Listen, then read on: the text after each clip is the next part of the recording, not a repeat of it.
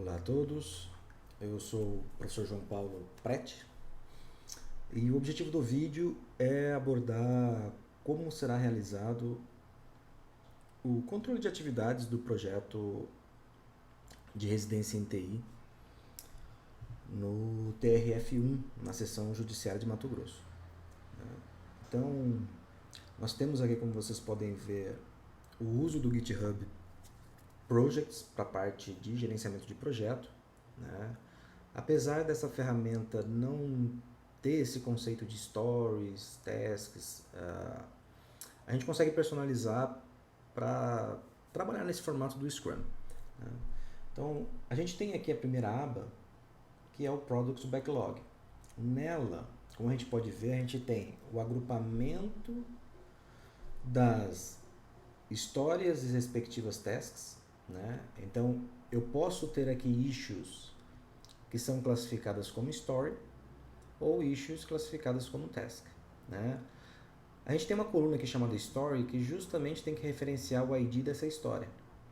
Então a gente pode ver aqui que a user story é de código 10, então essas tasks aqui, né, e a própria história tem relação com o identificador 10. Quando a gente faz isso, automaticamente ele agrupa aqui, a gente pode ver 10, né? Então a gente tem 4 elementos, que é a user story sempre aparecendo no início, ele já está ordenado dessa forma. E depois, em seguida, quais são as tasks daquela história, né? Essa é a organização nossa. Abaixo, vocês podem ver que existem elementos que são no story, ou seja, são rascunhos, né? Eles não estão prontos ainda. A partir do momento que elas se transformarem, se confirmarem como uma story, a gente automaticamente começa a delinear quais são as tasks e organizar essa relação, né, de código das histórias, e ele automaticamente vai aparecer aqui na parte superior. O que a gente tem que tomar atenção aqui? Bom, primeiro, as prioridades são relacionadas a user story, tá? Então a gente não precisa colocar prioridades para as tasks, mas sim para a história. Com relação à estimativa, né, nós temos aqui um campo que é o size, que determina o tamanho da issue. No nosso caso aqui nós temos muito pequena, pequena, média, grande, muito grande, né? E o que nós definimos é que essa estimativa ela vai ser quantificada aqui, né, em pontos, seguindo a série de Fibonacci, mas respeitando a seguinte escala. Então, 1 a 2 pontos para o extra small, 3 pontos para o small, 5 pontos para o medium, 8 pontos para large e 13 pontos para o extra large. Por isso que a gente vê aqui já o número 8 associado à estimativa dessa história aqui. Outros elementos que nós temos são, a partir do momento que passa a se confirmar como uma user story, tasks, ou seja, vão participar realmente, estão confirmadas dentro do backlog, é mudar o status aqui para backlog. Nós podemos ter uma organização de trabalho em pares, né? É uma possibilidade, e por isso que a gente tem aqui quem é o responsável pela tarefa, pela história, e quem é o colaborador, tá? O colaborador é opcional, mas nós podemos ter esse tipo de configuração de trabalho em pares. No caso aqui, a gente pode ver que nós temos, por exemplo, o Anderson como responsável por essa user story e o Elson como colaborador, né? Lembrando que o responsável é aquele que vai garantir a execução da atividade.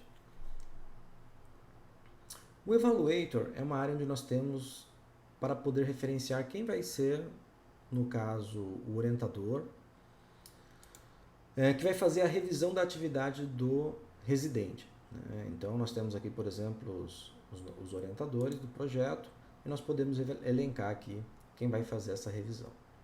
Com relação ao repositório, sempre que a gente cria uma issue no GitHub, a gente precisa especificar qual é o repositório daquela issue.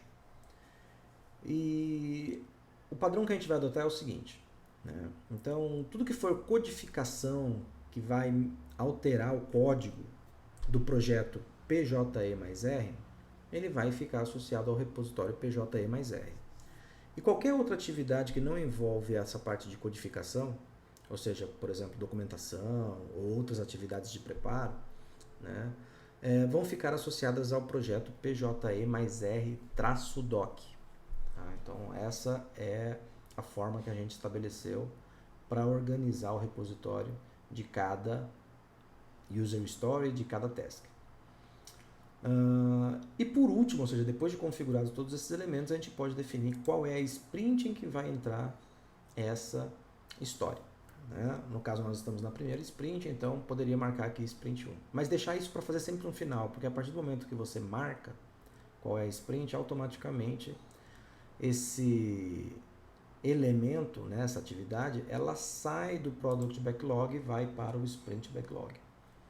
Então aqui no Sprint Backlog eu consigo enxergar o que está acontecendo no momento, ou seja, tudo aquilo que está dentro dessa sprint. Né? Então eu tenho aqui o que ainda não começou, mas está na agenda da sprint, o que já está em desenvolvimento, o que está para revisão do orientador e aquilo que já foi concluído. Né? Então aqui é o nosso clássico Kanban aqui para acompanhar o progresso das atividades dentro da sprint. Nós temos uma aba que é o Team Items, para que seja fácil identificar quem são os responsáveis por cada issue, né? Então a gente tem aqui, por exemplo, as responsabilidades do Anderson, as responsabilidades do Elton, por exemplo, as responsabilidades do Júnior, né? Então aqui são os responsáveis. Mas como a gente tem a possibilidade de trabalho em pares, nós também criamos uma guia aqui, que é o As Collaborators, que facilita a identificação de aonde eu estou, no que eu estou colaborando. Né? Então, por exemplo, se eu pegar aqui o Alisson está colaborando nessas atividades. Né? Ele não é o responsável está aqui, é o Rael, mas ele está colaborando. Né? Mesma coisa aqui do Anderson. O Anderson não é o responsável, mas ele está colaborando. E assim por diante. Então é uma forma fácil de enxergar quais são as minhas responsabilidades e quais são as atividades em que eu atuo como colaborador. No As Evaluator, o objetivo é apresentar quais tarefas, né, cada orientador deve fazer a revisão. Então, nós temos aqui, por exemplo, 4 orientadores e a organização das atividades para cada um deles. Né? Então, eu posso pegar aqui, por exemplo, João Paulo, essas são as atividades que devem ser revisadas pelo orientador João Paulo.